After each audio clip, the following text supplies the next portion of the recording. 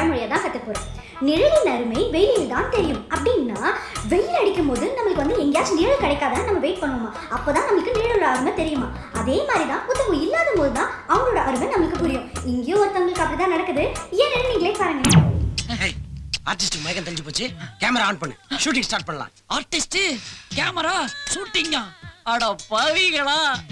Police police police சீக்கிரம் ஓடுங்க. Police சீக்கிரம்! ஐயோ போலீஸ் வந்துருச்சா? ஆகா மாட்டிக்கிட்டதே. 11 மணி காட்சி போஸ்டர் மாதிரி என்ன ஆக்கிட்டானே.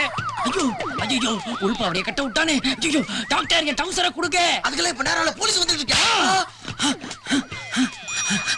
ஐயோ போலீஸ் வரட்டே, என்ன பண்றது? இந்த கும்பலோட சேர்ந்து படுத்துக்க வேண்டியதான்.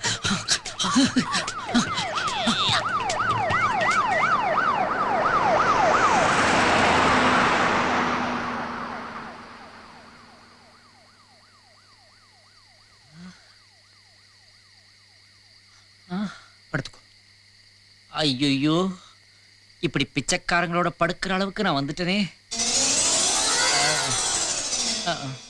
என்ன இது? செத்த எலி நாத்தம் அடிக்குதே. ஐயோ பேய்! ஃபாதரு இவர் ஏன் இங்க வந்து படுத்து தொலைச்சாரு?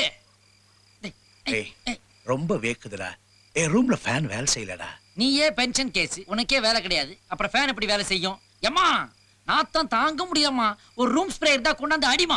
டேய், நீ சின்ன புள்ளையா இருக்கும்போது கடகடியா ஏறி அமுல் ஸ்ப்ரே வாங்க கியூல நின்னவன்டா. எனக்கே ரூம் ஸ்ப்ரே அடிக்கிறேன்னு சொல்லி இப்ப நீ கிளம்பி போறியா இல்ல நான் பேகான் ஸ்ப்ரே அடிச்சிட்டு சாகட்டுமா? எம்மா அப்பு கப்பு தாங்க முடியலம்மா என்னால.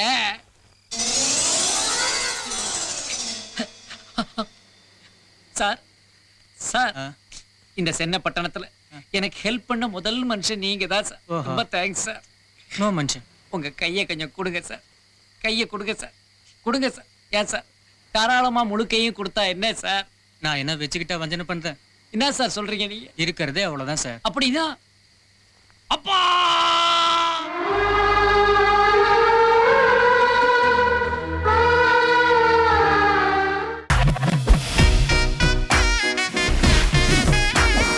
கேளடி